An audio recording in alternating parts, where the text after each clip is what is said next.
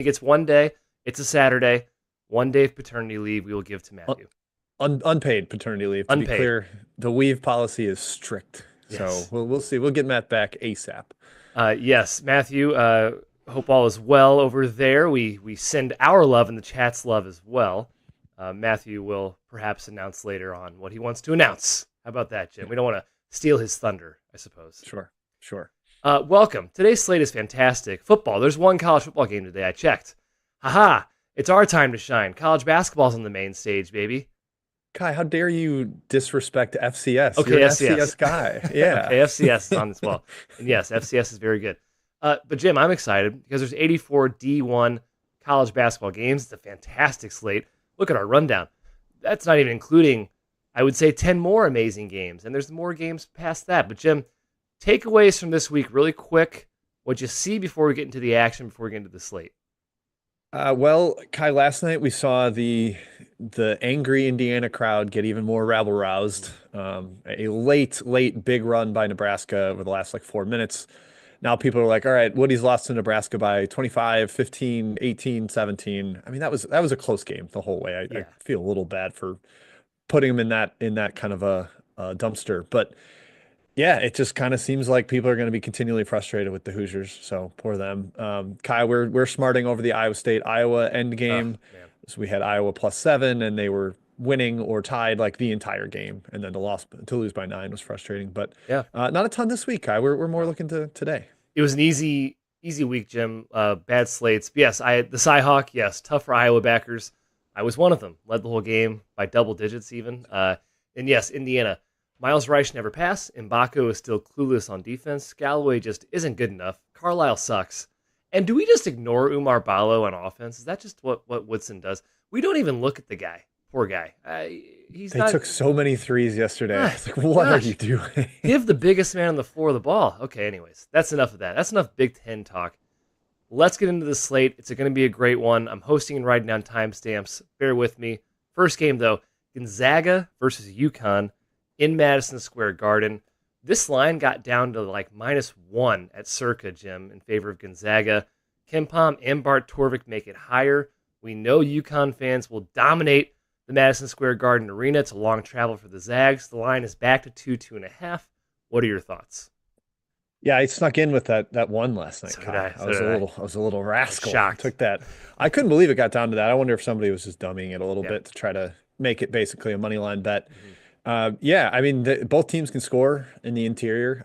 I think the Gonzaga leaky defense down the stretch against Kentucky really got exposed. I think it was 9 straight possessions for the Big Blue Nation scoring there. But then UConn, I mean, they foul like crazy. Their big guys aren't as stout at the rim as your old Donovan Clingan, and their perimeter guys aren't like locked down. There's no Stephon Castle, there's no Andre Jackson among them.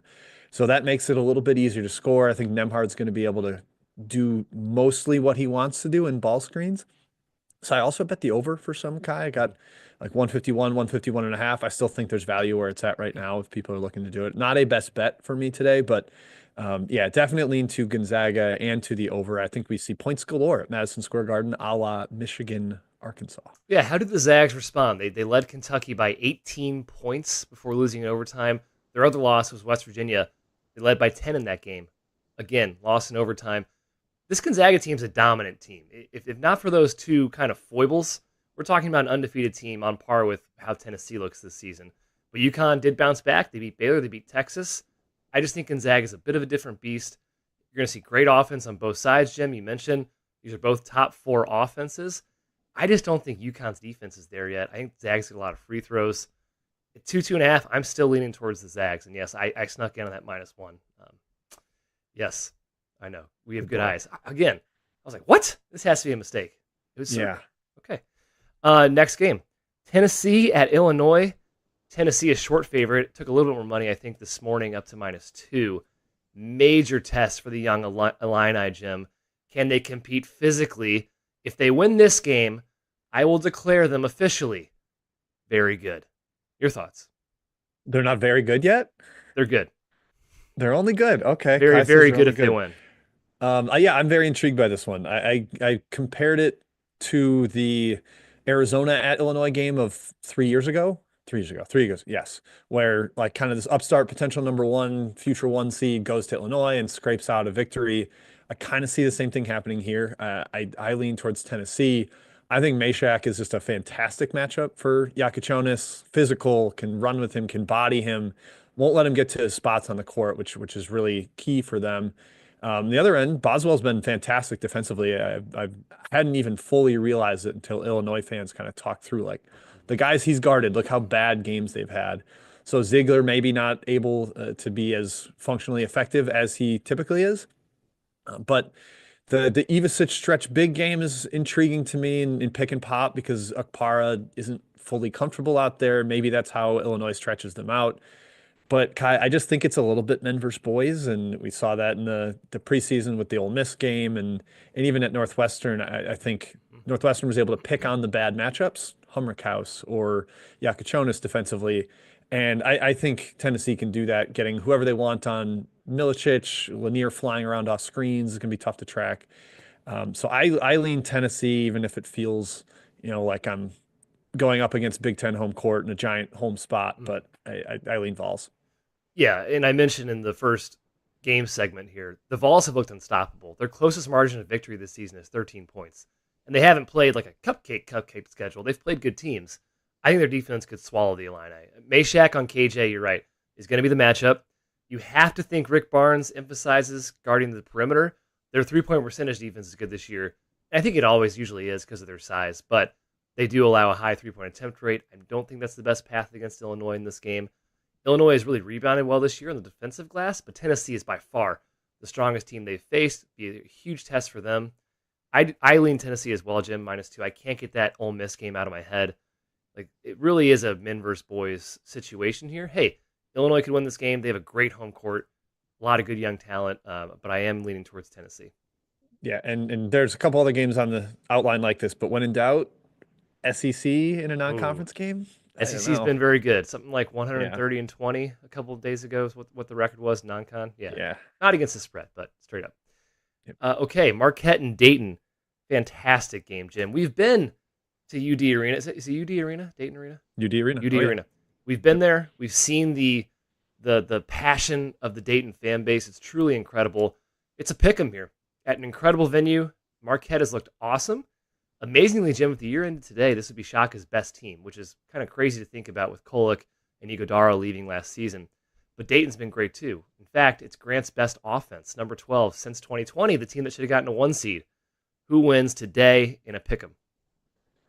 Boy, I am of two minds in this one, Kai. I was kind of thinking, if Dayton gets bet too far, Shaka as a road dog, get me on board there. But now it's just sitting at pick, so I don't really have that angle.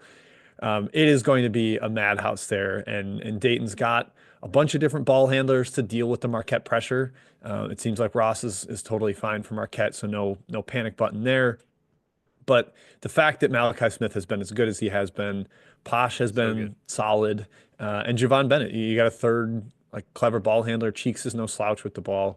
They don't really have the release valve in the front court. I don't want Zed Key having to bring it up if there's too much pressure. But Marquette can also get you in the half court. It's going to be hard for them to feed the post. It's going to be hard for Dayton to get into the paint just with the incredible ball hawks that Marquette has in the perimeter. So Kai, this one, I guess at this point slightly leans Marquette, but I'm looking at the spot, looking at the matchup, and I'm just kind of spooked. So sitting that one out. Yeah, you have to handle the ball against Marquette. Dayton has 3-point guards, so problem solved. You're right. Malachi Smith has been awesome this season. It's great to see him back in full swing after dealing with injuries for the last 2 years. I totally agree, though. This is a complete toss-up. I think Dayton is game and will give them a really good challenge. I think Marquette is a scary team to fade right now, even on the road. We mentioned in the chat here, Bram, yes, they look great at Hilton Coliseum, so they've seen the best of the best in terms of road venues already. I think it's a toss-up. Yeah, Pick'em is the correct line, we'll say. Yeah, at Maryland, at Iowa State are two pretty good road tests. Yeah. To win one of those is pretty good. Maryland's a good environment as well. I was there last year also. Maryland, shout out the Terps. Okay, here we go. UCLA and Arizona Pac-12 matchup. Wait a second. No, it's not. It's a non-con matchup? What? And neither of them are in the Pac-12? Oh my gosh. Big 10 versus Big 12 in Phoenix, Arizona, not in Tucson. People are buying the Zona spot. It's up to 4 in most places. Not surprising. Jim, do you agree with this team? Do you fight back? Boy, I can't get there number wise, Kai. Do you really think Arizona's 4 points better or 6 points better on a neutral than UCLA? And I know there'll probably be a somewhat pro Arizona crowd there, but LA and UCLA's got solid fans. It's not in Tucson. It is a couple 2.5 hours away up I-10, I believe. No, not I-10. Maybe it's 20. Um, Californians. 25. Yeah, crap. I can't remember. 15. It's I whatever. have no idea. Highways. We need Matt here for the geography lessons. Unfortunately, we don't have him. But yeah, no, I wanted to bet Arizona. I thought it would be like -1 or something, and Yep. it's not. Like you got to lay over a possession. UCLA's ahead of Arizona in Ken Palm. Arizona's looked bad in their biggest game so far this year. Now credit to Will Warren, stats by Will. Great Substack he's got there that Arizona's 3-point luck in their biggest games has been bad. Yeah. Like the other teams have shot the lights out. Maybe they actually get a better one here. But so lean Arizona, Kai, and I am considering going Arizona money line parlay with somebody else to get the juice down, but I haven't done that yet, and at this point, that's not really big in my handicapping toolkit, Yeah. so I probably shouldn't do it. Yeah. Good. Tinley, thank you. I-10 is the highway, Jim, you're looking for. There we go. Yeah, and I'll say this again in the later game on the slate here, but I just think the market is a lot smarter than it used to be, man. They know it's a great spot. They know Arizona's due for regression. UCLA's defense is no joke, though. Top 5 team in the country defensively. They're elite. It's kind of easy to poke holes at their wins, though, if I'm putting on that type of cap. The Oregon win was impressive, no doubt, but the Ducks have been playing with fire all year. They've gotten down in every single game. Nothing else is good on the UCLA resume. It's 352 in non-con strength of schedule. So I don't think I'm necessarily scared of the Bruins at this point. Arizona needs this game like blood. It's their last chance at a non-quality win before conference play begins. Excuse me, non-con quality win before conference play begins. You need to handle the ball. Zona has experienced, albeit erratic handlers, but I think they can be awesome when the right switch is flipped. Hopefully that switch flips if you're an Arizona fan tonight or today. I don't know when the game tips. I do think Arizona wins this game. I don't think I can lay 4, though. So the market took me out of this one, Jim, just like you. All right. Chat Mob Part 1. While Jim's rounding up the questions, let's see what we got from the wonderful mob. Yeah, I got all kinds of questions. Hey, join the Discord. We're Yes, talking please. games all the time. Get in there. Trilly Donovan's Discord. Burner Ball is fantastic. Know a lot of people in the chat. Very familiar names from the Discord. Happy to see that. Link in the But if description. you're not in there, yeah, if you're not in there, get in. It's a fantastic place. People are picking off Auburn -8.5 yesterday, Kai. On So if you're FanDuel, betting the yeah. early, you could have gotten a fantastic number if you're in the chat. We did not, but that's the kind of stuff you get, the kind of value you get. People are all on it. They're sniffing out every single market. So get in there. Mhm. All right, Kai, starting with Brandon's question, popular game in the Discord, Santa Clara versus Bradley Mhm. in Las Vegas, Henderson, the Dollar Loan Family Center, or something like that. Bradley getting 3 points on a neutral. What do you think? Yeah, Bradley, another regression candidate, as Arizona is, except for the opposite way. Bradley's expected to regress negatively, shooting-wise. Again, Will Warren, great article. I think these teams are equal. I think 3 points is too much. I took Bradley. That was my handicap. Bradley, this is their best team ever under Brian Wardle. So I feel pretty confident in that. And I've been on Santa Clara a lot this season. So I feel solid in my number.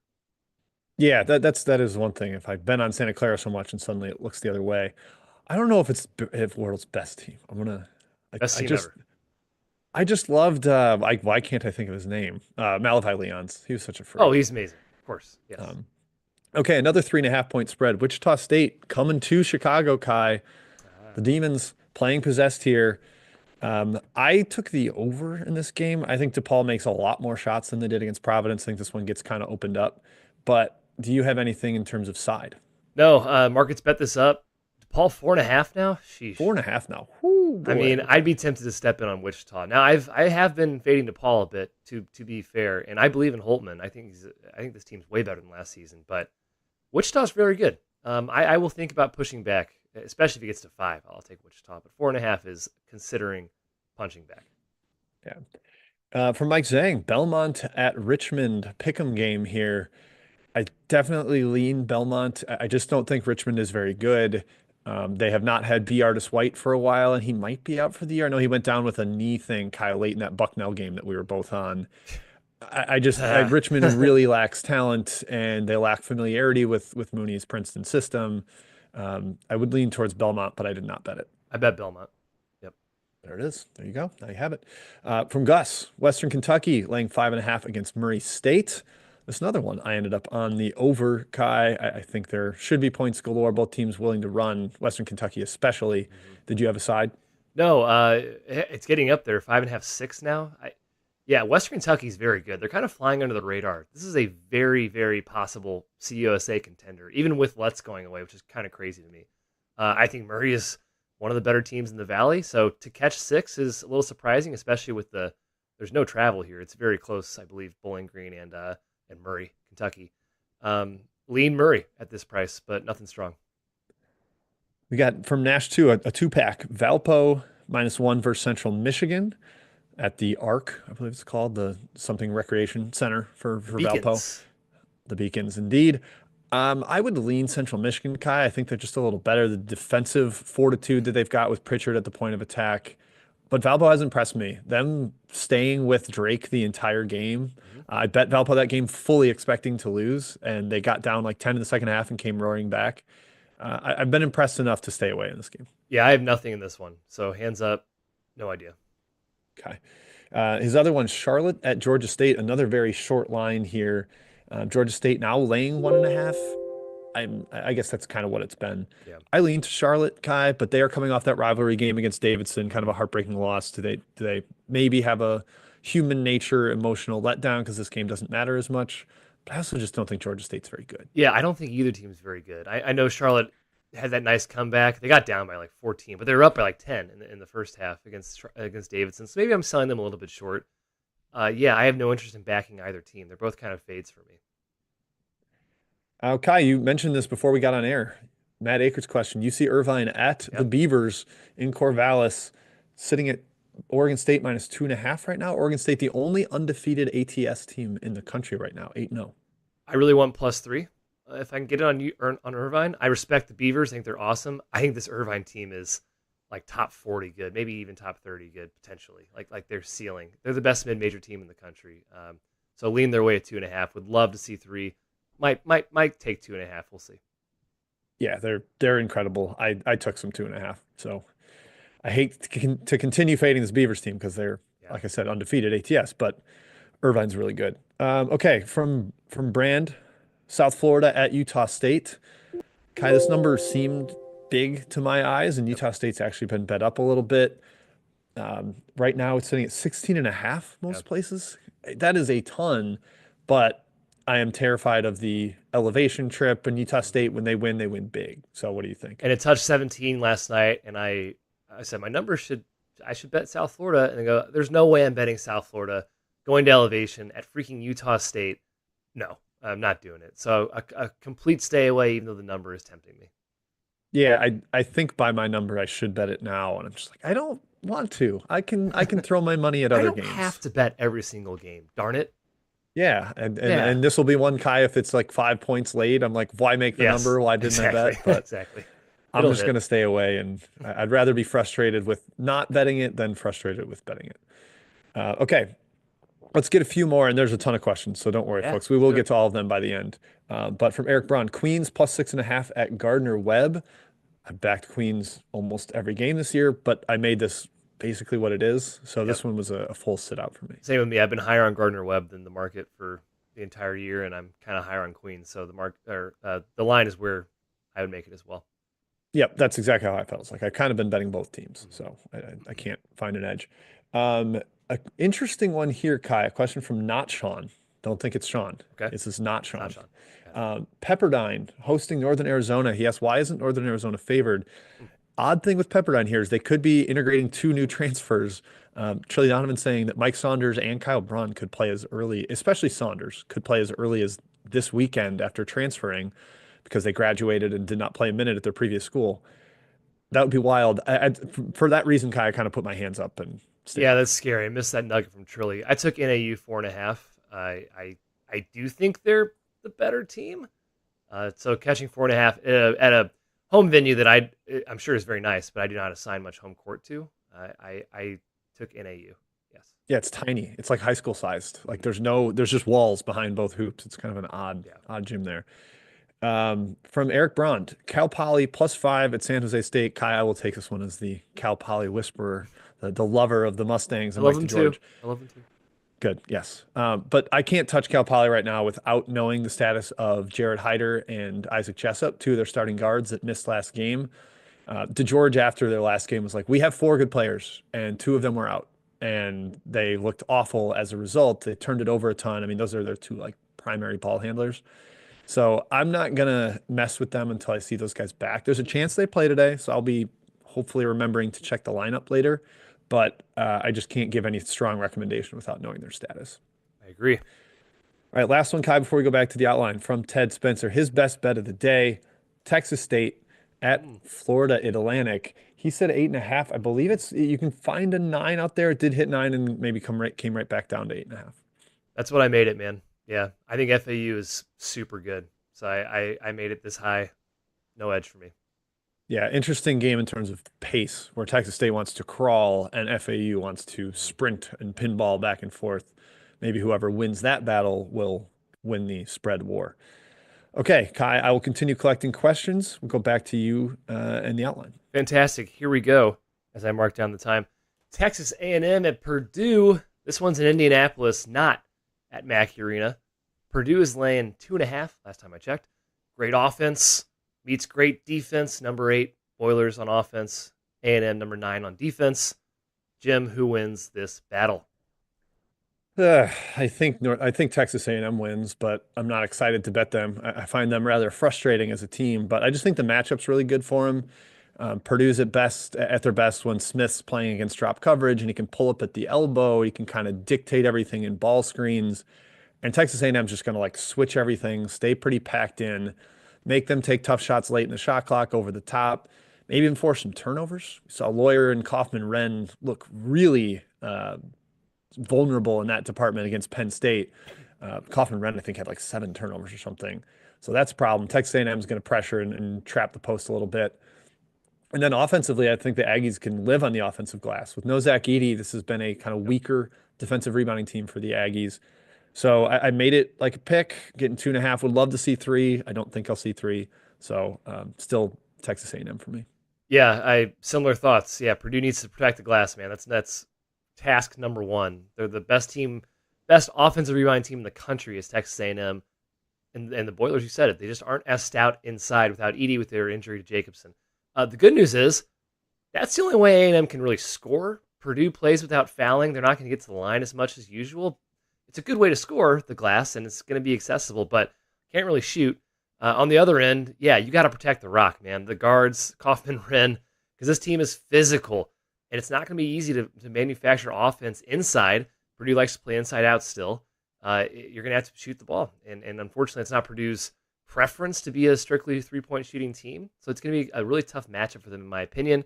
Matchup is with A&M. Crowd, clearly with Purdue being in Indianapolis, but not quite the same juice as Mackey. I think the spread's about where it should be. All right, let's head west to Idaho Falls, not to Boise. St. Mary's and Boise at a semi-home venue for Boise. The Gales, though, are favored by around 2.5 here.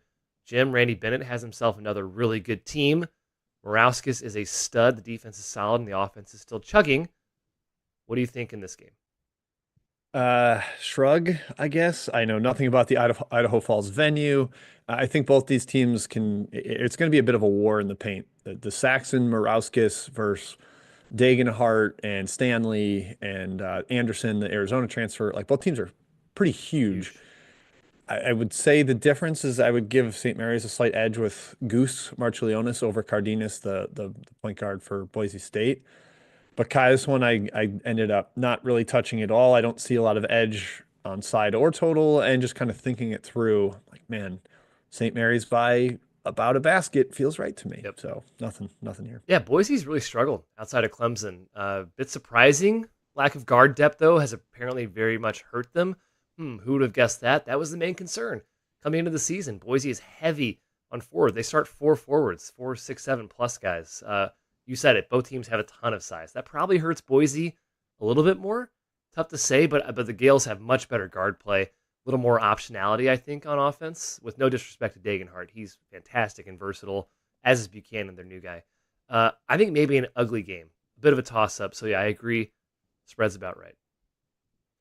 All right, Auburn, Ohio State. This one's in Atlanta, another neutral venue. The Tigers, man, got steamed immediately. We talked about the Discord saying FanDuel opened up a soft opener at 8.5. Well, that got torched immediately. Game's up to 12.5 in favor of Auburn. Aaron Bradshaw's not playing. It was announced. Not sure that's a big deal or not. Jim, your thoughts on this game? Yeah, I said on our pod on Thursday, I think Auburn wins by like 15-20. In this same event last year, they smoked Indiana by 30. It was just not even competitive.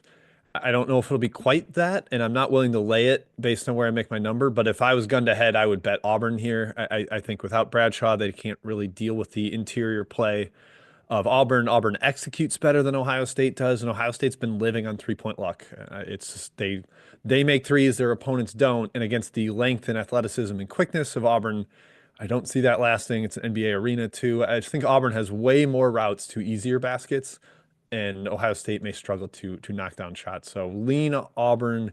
Numbers just gotten out of hand. Yeah, bettors, like I said, this is the game I was talking about. Bettors are getting smarter. Everyone's keenly aware of shooting regression now for Ohio State. Number 5 in three-point percentage offense, number 13 in three-point percentage defense. Something's got to give. I actually truly believe that Ohio State could be a top 5 shooting team in the country, but I know they're not just going to make teams miss all the time. I think that's going to come down for sure or go up. Yeah, Auburn is a dominant force, man, of unstoppable terror. It's just hard to see the Buckeyes keeping pace with them.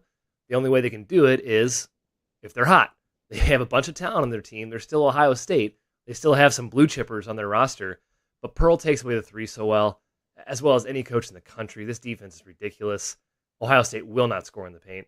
So I think Auburn kind of snuffs them out. Even at 12, I would lean towards betting them before Ohio State. Yep, same. It's 9 on Ken Palm. So yeah, just to tell you the market, like taking a stance versus what analytics might tell you. Agreed. Okay, we finish our rundown slate before we get to Chat Mob Part 2 with the Crosstown Shootout. It's Xavier, and it's Cincinnati, Jim. Big spread in the shootout. Since he's laying 7.5, 8, Xavier has won 5 in a row in the shootout, Jim. They've won 9 of 11. Shades of Mizzou, Kansas? Your thoughts? Maybe. I mean, this also, I see comparisons to Michigan, Ohio State football, where the home team is clearly better this year and has lost a few in a row, and it's like line in the sand. This is the one you have to win. The meeting you have to win between these two teams. If Wes Miller loses this one again, he's not hot seat, but it's just gonna be like so much exasperation from Cincinnati fans. Okay, I took 7.5, and I did not expect old Dr. Bob to bet it up to 8 per the Discord. So I wish I would have that extra half point, but I just think it's a little too much. Cincinnati's looked way better versus buy game competition, and perhaps that can be predicted, but they also kind of got handled on the road by Villanova. Kyle Neptune took care of business there. I think Xavier can keep it close. It just felt like too big of a spread to me. Jim, I'm right there with you. I took Xavier plus 7.5. I would still bet them. Yes, this number steamed up because Dr. Bob released it. Hey, you know what? No disrespect, Dr. Bob. I'm glad that's the reason this game steamed. I'm glad it's other people chasing his plays, and that's why it's steaming versus something real and tangible, personally. So I'm totally comfortable with Xavier at 7.5 because of that move, or that being the reason. Yeah, but they need to show up, man. It's been a putrid start. They've dropped 30 spots in KenPom. They have one quality win. It ain't good. But I was looking at Cincinnati, and I talked about it in the Discord a little bit. They have no good wins, unless you count blowing out Georgia Tech on the road, and Georgia Tech has certainly not looked very good. This is a big test for them, man. I'm not really sure Cincy is a top 20 3-point percentage team in reality. That's what they are right now in the stats. Yeah, Lukosius is a fireball. Yeah, actuality, I'm not sure they're quite that good, and Xavier makes it very tough to play against in the paint. I think it's a small edge for Xavier, but Xavier's perimeter defense is soft, and these Cincy guards are very good, and Xavier needs to shoot well. They do have a ton of weapons, but Cincy has so much positional size on the perimeter, and they run shooters off the line very, very well. Cincy's clearly better. I like the Michigan-Ohio State analogy here. This is a lot of points, so give me X. All right, Chat Mob Part 2. Then we get to our best bets, which I'll scramble and decide what my best bet is. Jim, lead us Good through the man. Chat Mob section, part number 2. Okay, from Aaron Marshall, a big rivalry game. Ohio headed to Marshall. The money came in on Marshall here, and I punched back a little bit, Kai. I went with Ohio. They have frustrated me a lot this season, and Sharif Mitchell's been in and out and in and out and in and out of the lineup. But I'm going with Bulls over the kind of temporary hire that Marshall has, the 2-year contract. Cornelius Jackson, I believe is the name. Yeah, I forgot. Um, but yeah, I trust Ohio a Cornelius. little Yeah, you're bit right. more, and I was surprised to see Marshall money come in there. Yeah, I got nothing, Jim. Kai, for you, Butler versus Wisconsin in Naptown. This is another part of the Purdue Texas A&M featured thing at Gainbridge Fieldhouse. Wisconsin off 3 losses. Butler off a bye game loss at home to North Dakota State. Who bounces back most here? Wisconsin by 4.5. Yeah, I took Butler 5. Don't feel great about it because I really like this Badger team. I think they're very good. I think Butler's a little bit better than their results have shown. They have kept games close against good teams. They have suffered some poor losses for sure, but I think they are good enough to keep this one close. They can match up physically with Wisconsin. Plenty of size. I love their guard tandem, Telfort and Brooks. So I did take Butler at 5. I would not take 4.5. Five's my strike on that one. Okay, next we have in Atlanta, part of the Auburn Ohio State feature thing. This one almost made the outline. Florida versus Arizona State. Last night I was thinking, oh, maybe I'll get like 9.5. And when I went to bet it this morning, it was 7.5. So I completely missed it, had no chance to get Arizona State, and I don't want to lay or only take 7. I don't love back or betting against this Gator team, Kai. They steamroll you late. They've covered a bunch of games. They've won every game by double figures. Any thoughts for you here? I kind of thought Florida would take money too. I did take Arizona State 9. I grabbed it when I saw it going down. But yeah, I'm surprised Florida hasn't lost by or hasn't won by less than double digits, Jim. Is that right so far this season? Yep. Yeah. Hey, but Arizona State, man, as much shit as I talked about them or on them this season, they have acquitted themselves nicely. They have hung with good teams. They have beaten good teams. So yeah, I think they can give Florida a bit of a game here. So 7, no thanks. Liked it better at the opener. All right, then we've got VCU, Colorado State. This is also at Vegas in Henderson, same place as the Santa Clara Bradley game. Kai, VCU should get Zeb Jackson back. It sounded like he sat out as a precautionary thing before, against Penn during the week. Colorado State's been pretty solid, I would say. I didn't have a take on the side. I leaned to the over, but I've also run into a lot of trouble betting overs with VCU games because their freshman center is like the best shot blocker in the history of the sport. Yeah. Bam Goy, I think is his name. It's ridiculous. So the defenses here are better than expected, but I'm thinking this gets up and down a little bit. Yeah, fun little coaching matchup here. Odom was at Utah State, so Medved and Odom very familiar with each other. Maybe that, I don't know, helps keep the game low scoring or high scoring, however you want to spin that narrative there. I think 6 is a little high. I do respect Colorado State. I respect Medved a lot, so him getting 6 points kind of scares me to lay that against, especially in a venue that's closer to Colorado State, less travel there. So I would lean ever so slightly to the CSU Rams, the Battle of the Rams. That boy. Okay, one that's been asked about multiple times in the chat, and I can answer Kai because I wrote it for Action Network. Grand Canyon versus Georgia, also in Atlanta. I like Grand Canyon quite a bit here. I think these teams are a lot closer to even than this line indicates. Grand Canyon started poorly because Duke Brennan wasn't in the lineup. Their big 7-footer interior defense got hurt a little bit. They've been much better in the games with him back. Georgia, I think, has played above their heads a little bit. It's a very talented team, and they smartly brought in veteran guards. And Newell, the freshman, is a total freak. But Kai, just too many. I took 6.5, and I know there's some 7 out there as well. Best bet, Grand Canyon +7, Jim. I gotta do it. There he is. I Love it. didn't make this game anywhere close to 7, so I am really rooting for my Lopes to come through for me. Grand Canyon +7, best bet. Yes. I love it. Smart, Kai. Just take the good number. It's out there. From Tupelo, Mississippi, the Bulldogs of Mississippi State taking on McNeese. A couple different questions about this. Kai, it's about where I expected it to be, but I do think McNeese is a pretty good underdog team Yes. that can play up. They competed at Alabama for quite a while. I think they can compete again here with Mississippi State. Even with Allen Breed out, they've got plenty of depth. That was one of their big strengths coming into the year. Yeah, what's great about McNeese State is they have Power 5 talent. This is not a Southland team. This is a Power 5 team. They have, yeah, you're right. As a dog, especially against a grittier team like Mississippi State, I know Mississippi State's playing a little more offensively and up and down, but I think McNeese is almost a 10-point dog. Is a really good bet. I took a bet 9.5. Yeah, I fully expect Will Wade to keep this one close, and they have so much physicality and talent. I think it's really hard to blow this team out. Yeah, this is one I'm gonna have to. I hope it stays at 9.5 because I'm gonna add some after the show here because I don't have it yet, and I am intrigued and should be on it. Okay, Kai, rivalry game up in upstate New York. Syracuse hosting Georgetown. Basically a pick 'em right around there, one way or the other. JJ Starling likely still out for this game for Syracuse. I can't believe I'm saying it, but I lean Georgetown on the road here, Kai. I took Syracuse. Yep, this is my last chance for Syracuse, I suppose. I don't think they should be a dog. I know it's going to Georgetown -1 now. Yeah, I think these two teams are pretty equal. So I have Syracuse for me. Yep. All right, head to head there between the boys. From Esteban Yan, something I strongly agree with. LIU first half against Mizzou. Yes, I think that is a super smart bet. There's no chance Mizzou is anywhere near as locked in as they were against Kansas. Arena should be kind of dead. This game starts in 24 minutes. Early tip time. LIU just got Brent Davis back, Chicago State transfer. That's a real feisty defensive presence. Malachi Davis sat out their non-D1 game, but he's healthy. I think LIU kind of keeps that close, and Missouri fans are like, wait, didn't we beat Kansas? Are we bad again? What happened? That's my concern. They're a scrappy team, man. I took 28.5 full game LIU. Yep.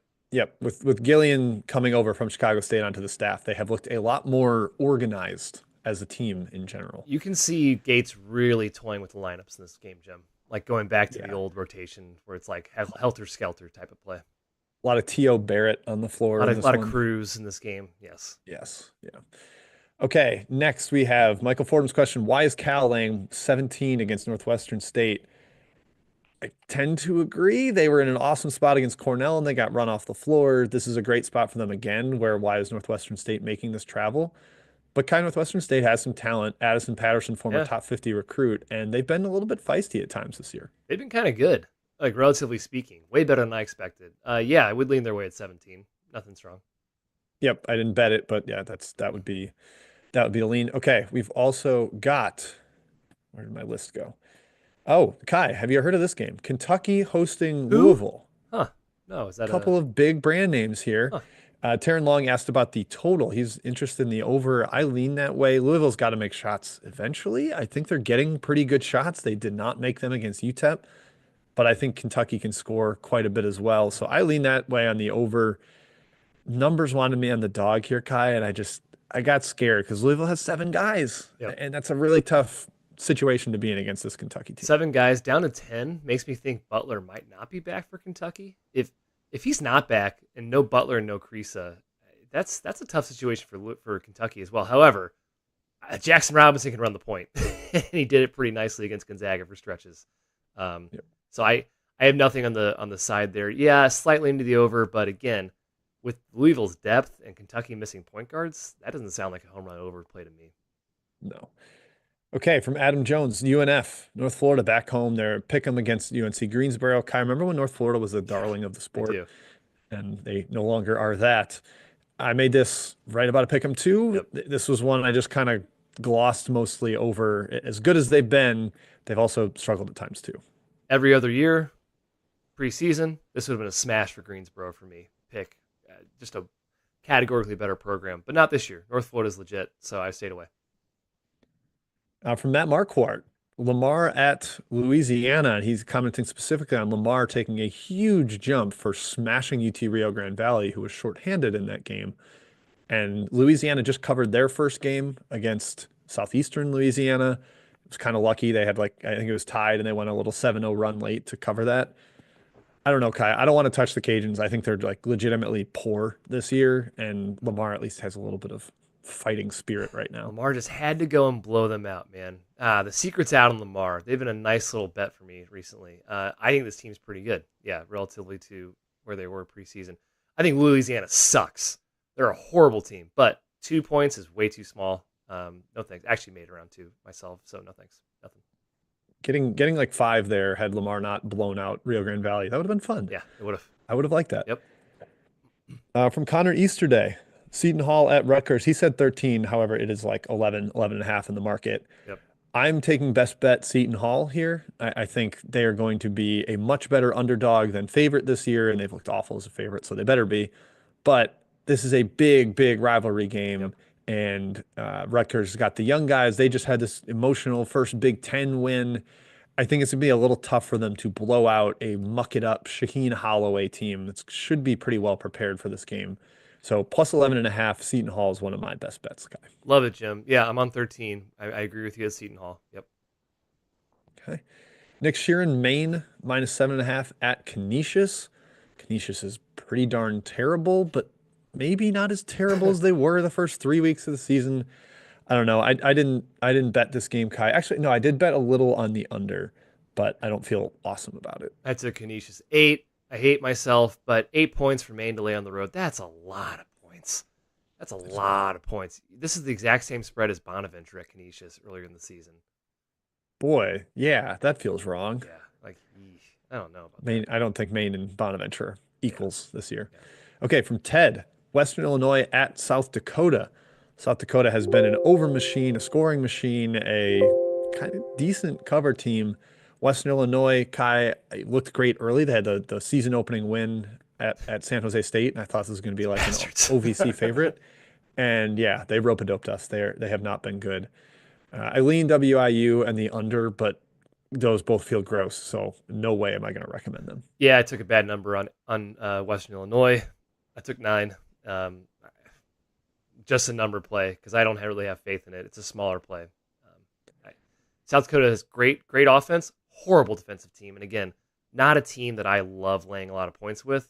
Coaching still does not feel good for me for them. Yep. Western Illinois sat 2 key guys last game, but it was against East West, who is a complete zero, nobody, non-D1. I think those guys are fine and should be playing in this one. That seems like load management to me.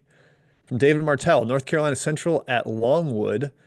I've said Longwood is like one of the biggest pace takers in the country. Like they will play a track meet if you want to. They will play a crawl if you want to. North Carolina Central much prefers the former. They'll kind of crawl it. So maybe I'll lean to the under for me on the total, Kai, but I have nothing on the side. Nothing on the side either. Yeah. NC Central has been a little worse than I expected this season. Yep. From Bailey, he thinks Kansas is free money hosting NC State.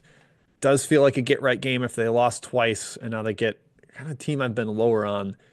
My gut screams Kansas, Kai. I couldn't quite get there on the number, though. I agree. Gut Kansas for sure. 14.5 is a ton of points, but Kansas better smack them. If Kansas is really a top 10 team or top 5 team, they need to smack NC State. Yep, agreed. A few more here. I think we're getting down towards the end of it. From Taryn Long, West Virginia, minus 24.5 versus Bethune-Cookman. Eileen Bethune, Tucker DeVries out. Bethune was right there with Virginia for 35 minutes and then had one of the grossest forks at the end of a game that you'll ever see, where Virginia did extend and cover. But I think they mucked this one up again. West Virginia doesn't really have the firepower without DeVries in the lineup. So I lean under and the dog, Kai. Yeah, I was on NC Central against West Virginia with DeVries out. Didn't matter. It's mattering today. Second game without the stars is when it really starts to show up. From 7-1-2 winners, Creighton first half on the road at Alabama, another game that's awesome and barely got mentioned on the show because of how good the slate is today. If I would bet Creighton, it would be first half. I think the depth could really wear them down, especially with young blood returning for Alabama. No Isaacs for Creighton. That guard play is shaky. A lot of Neal, a lot of Ashworth handling the ball. So I would lean towards, if you're gonna bet Creighton, first half is what I would do, Kai. Yeah, 11.5 seems crazy for Creighton to get, but with Isaacs out, with the way Alabama runs, with the way Creighton actually wants to play up tempo this season, I would not touch it. Okay, I think last one, we did hit Charlotte, Georgia State already, so I'm not going to re-hit that one. But rivalry game in Sacramento. Sacramento State hosting UC Davis, T.Y. Johnson on the road, UC Davis laying 6-7. Is this an angry game? Sacramento State says, how dare you go to the Mountain West without us? Yeah, a little high for a rivalry game, but I don't know how intense it is basketball wise for these two programs. Oh, they hate it. I think it's like Basketball wise, good. it's like Riverside and Cal Baptist, like Okay. this kind of weird. Like these teams do not like each other. Yeah, two incredible football programs at the FCS level, but yeah, too many points. I think at least a little bit. I did not bet it. I will not bet it because Sacramento State betting on Sacramento State is like going to the dentist, and if you have a root canal, so stayed away. Yeah, it should be low scoring. Both defenses way better than both offenses, but man, yeah, I don't have an appetite for it. I think Sacramento State is bad. All right, that looks like it for the chat, Kai. So then we'll recap best bets. Give yours. I gave one. I'm gonna think about a second. My best bet for Saturday is Grand Canyon +7 in Atlanta against Georgia. The Lopes hopefully finally living up to their hype in the preseason. Georgia coming back down to earth a little bit from their skyrocketing in KenPom. +7. Beautiful. Lopes. Okay. Yep. I've got Seton Hall +11.5. I'm gonna go San Diego and Fresno over 153. Yep. Like that, Jim. Fresno likes to run around and get up and down, and San Diego a pace-taking type of team. I think they'll get into the track meet with them. And then you know what? I'll just give all three that I also gave on VSiN, Kai. Why not? UMKC -3. Oh, Just a better team with Jamar Brown in the lineup. They won on the road at Portland with Brown back. Oh, yeah, 3 is still available at some books. against So Bowling Green. against Bowling Green, yeah. So the Roos back home -3. That's my trio for the day. Great. We'll try to get a Matt best bet, pry one out of him as well. In the Discord, yes. If you guys want to join the Discord, we have betting content every single day in there. We're chatting all day long. We post our best bets in a spreadsheet in there. I will add probably one more for this Saturday slate. Matt will get his in there, and Jim will have those 3 bets in there as well. Missouri State, Washington State, any opinions before we close out? I had nothing. Wazoo has acquitted itself nicely despite the injury issues. Yeah, I lean Bears, but I'm scared that Washington State without Coward is still just an awesome Really good pick on matchups type of team. Yeah. All right, everyone, thank you so much for joining us. This has been Best Bet Show, Spinny Saturday. Matthew, hopefully back next week on the podcast on Thursday. Check us there, 7 a.m., same channel. Please join the Discord. The link is in the description. Best college basketball community on the internet. In addition to our gambling content, you get college basketball content from a variety of sources. It's truly incredible. Truly Donovan is the man. That's it. Goodbye.